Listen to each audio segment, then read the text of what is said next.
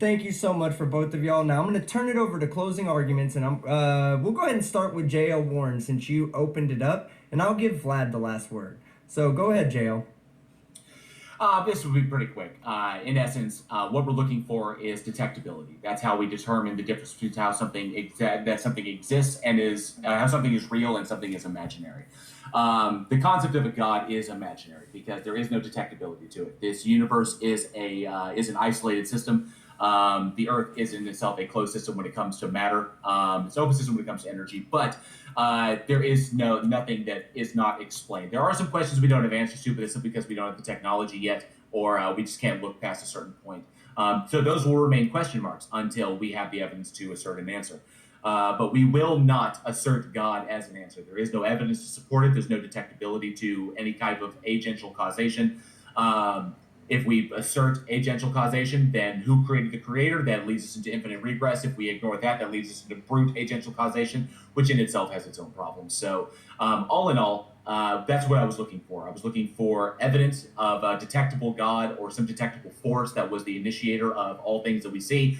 But we can explain them as values of now. We explain them with the values of natural processes, with the principles, the laws, and the theories that we use to define and describe the reality that we observe, which unfortunately for Vlad does not include a god. It's an assertion of his feelings, an assertion of his desires, and nothing more. All right. Now, Vlad, your closing Yeah. arguments, sir. Go ahead. You have a few minutes to say what you got to say uninterrupted. Okay. So JL and people like JL and JL, he's basically like this arrogant. He believes himself to be an all-knowing wizard, very arrogant person. That if he can't observe something, it doesn't exist. Period. With the avatar he's in, it's not going to last long. We're all going to die. We can't see that far. We can't hear that well. We can't smell very well. We have these senses that are very limited, And then the gadgets we make aren't that great either.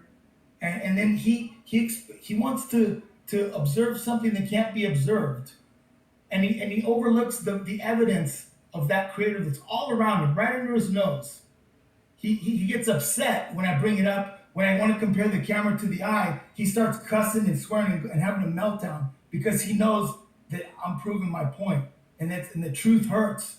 The truth hurts. That's why he has a meltdown because he knows that it takes an engineer to make that camera, just like it took a thinking engineer to build that eye, and that's a fact. And he knows that deep down in his heart. And then another thing he said, he's an insecure little boy because he told me no one in the chats believes and agrees with you. Man, so what?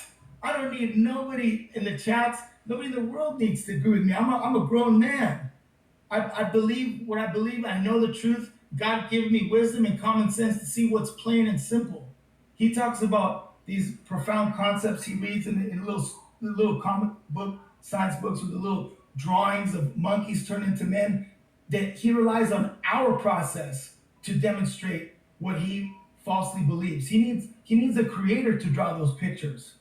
It can't happen his way. Why don't you put some paper out in the forest and let the dirt and wind blow randomly, and then check back, and then you get yourself a nice picture. Your way doesn't work. We can't observe it. It's a lie, and it's obvious, and you know it, boy. All right. Well, I think that's going to be where we ended today.